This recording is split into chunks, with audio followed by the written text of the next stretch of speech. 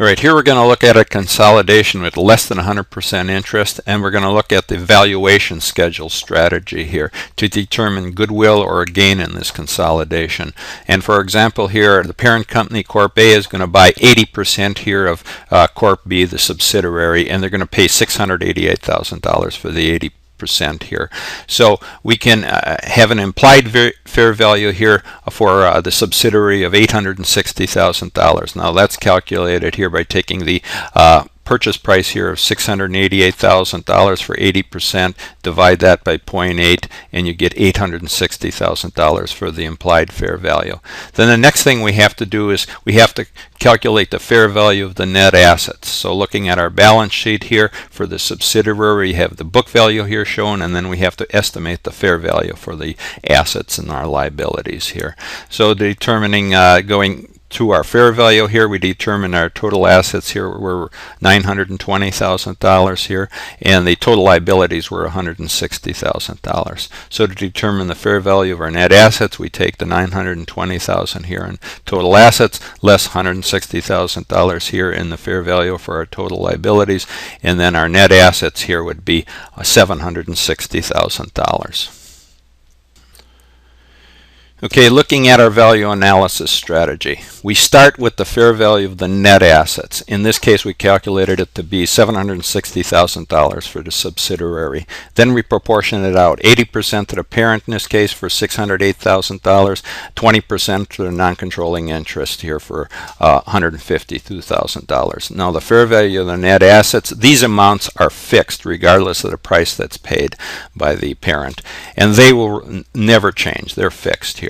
So then we look at the price that is paid for the controlling interest by the parent. In this case it was $688,000. And then we compare the price that's paid here by the parent, which is share here of the fair value of the net assets of $608,000 in this case.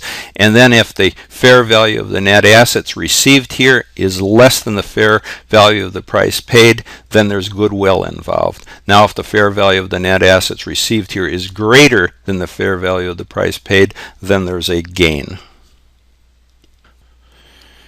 All right, let's look at a value analysis here where goodwill is involved. And looking at case 1, where we have an abnormal assignment here. So we have the fair value of our net assets. Those are fixed, and those have been assigned here. And then what the parent paid here, we know that we start with that here because that's $688,000. And based on that, the implied total fair value was $860,000. So to determine the non-controlling interest, we would just take 20% of this $860,000. And that would be $172,000 here. And then to determine the goodwill, we just take the fair value of the net assets as it's proportioned out here and subtract that here from the subsidiary's total fair value or the proportion here, and that would give us our goodwill here for the total goodwill here for the subsidiary involved here, and then the parent's portion 80% or 80% here and 20% for the non-controlling interest. Okay, let's look at case 2 for goodwill. Now we still have our fair value of our net assets assigned here, and those are fixed.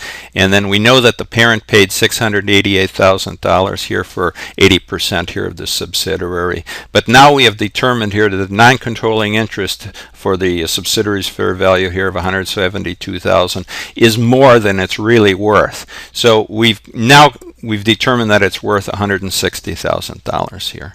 So we would assign $160,000 here to sort of subsidiary's fair value for the non-controlling interest portion here.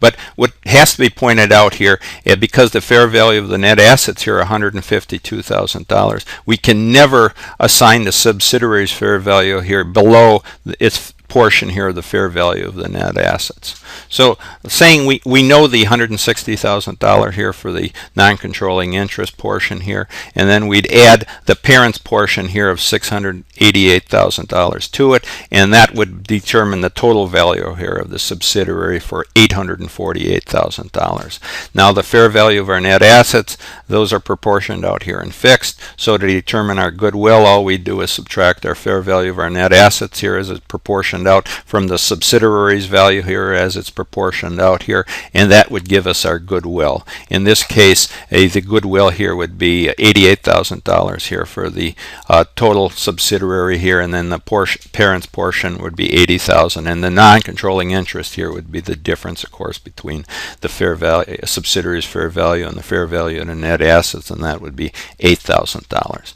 So you can see here that from our normal assignment here of 100,000, 80,000, and 20,000, we have now reassigned it here to 88,000, and then the parent's portion actually stayed the same here at $80,000, but the non-controlling interest here was reduced.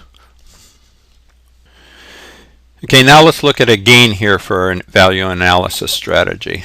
Now our fair value of our net assets here, they're fixed. They're $760,000 here proportioned out between the parent and the subsidiary, just like it was here for our goodwill.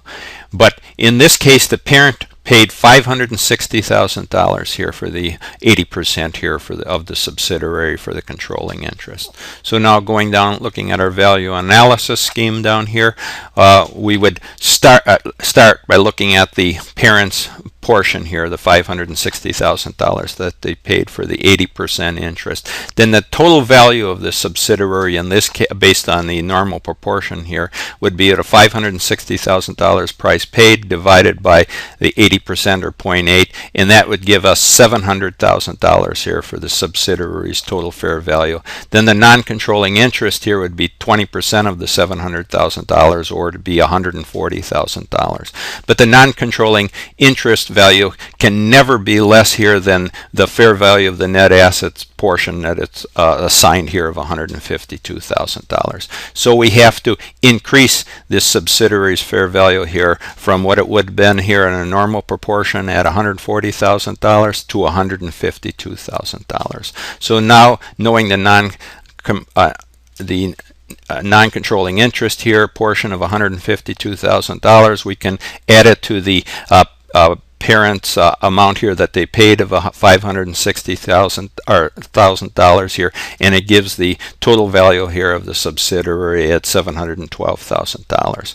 So now taking the fair value of the net assets that they're assigned here and subtracting that from the subsidiary's fair value that's assigned here for each of these for the parent and the non-controlling interest, we can determine a gain in this case. Because the fair value of the net assets here are greater than the fair value of the total fair value of the subsidiary's amount that's assigned here. So in this case, taking the difference here, we had a gain here of $48,000 for both the total value here of the subsidiary and then the parent's portion here of $48,000. But we have no gain here for the non-controlling interest. That can never have a gain, and that's shown here by the fact that we assigned equal amounts here to the subsidiary's fair value here and the fair value of the net assets. Okay, in summary, when using this value analysis strategy, you start with the fair value of the net assets for the subsidiary, and then you proportion them out between the parent's percentage and the non-controlling interest percentage. And these fair value of these net assets here, these amounts are fixed regardless of the price that's paid, and they will never change. Next, you look at the parent's portion here that they paid for the subsidiary, and then you have to determine the non-controlling interest portion here for the subsidiary, and then adding the non-controlling interest portion plus the parent's portion here, the price that they paid, that will determine the total value here for the fair value for the subsidiary, and then taking the difference between the fair value of the net assets and the subsidiary's fair value as it's proportioned out, that will give you any goodwill or gain in this consolidation.